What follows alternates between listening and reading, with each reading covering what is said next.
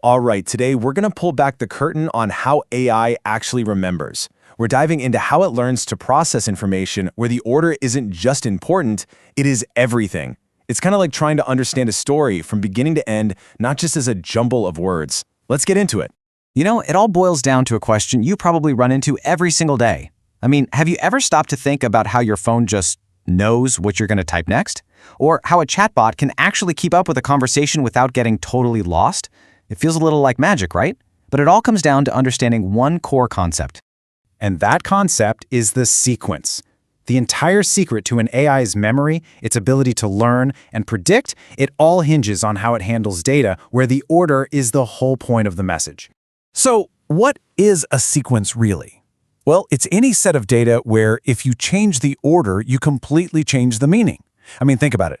Dog bites man. Okay, that's news. But man bites dog, now that's a completely different story. Same words, totally different meaning, all because of the order. And once you start looking, you'll see sequences literally everywhere. A sentence, that's just a sequence of words. The stock market, it's a sequence of prices over time. Heck, even your browsing history is just a sequence of clicks you've made. In all these examples, what happens next depends entirely on what just happened. So, how did we first teach machines to get a handle on this? Well, let's meet the first hero of our story, the Recurrent Neural Network, or RNN. This was like the very first real attempt at tackling this kind of data.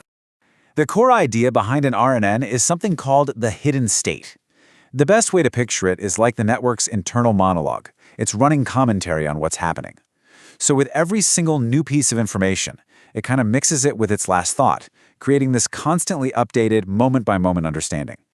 Yeah, if an RNN could actually talk, this is pretty much what it would be saying to itself. Over and over. It's just in this constant loop of updating itself based on what just happened and what's happening right now. And you know what? For short stuff, this works surprisingly well. But there's a catch, a big one. And I mean a really big one. This simple little memory system, while it was a breakthrough, had a fatal flaw that just completely kneecapped it when it came to longer, more complex stuff. This brings us to the long-term memory problem, and it is exactly what it sounds like. As the sequence gets longer and longer, the further you get into a long sentence or a story, the more the RNN's memory just starts to fade into nothing. So the fancy technical term for this is the vanishing gradient problem.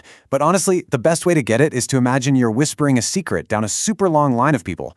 By the time it gets to the last person, yeah, the message is either totally mangled or just gone. That's exactly what happens inside an RNN. Important details from the beginning just fade out, the network forgets. Okay, so this is where our second hero swoops in to save the day.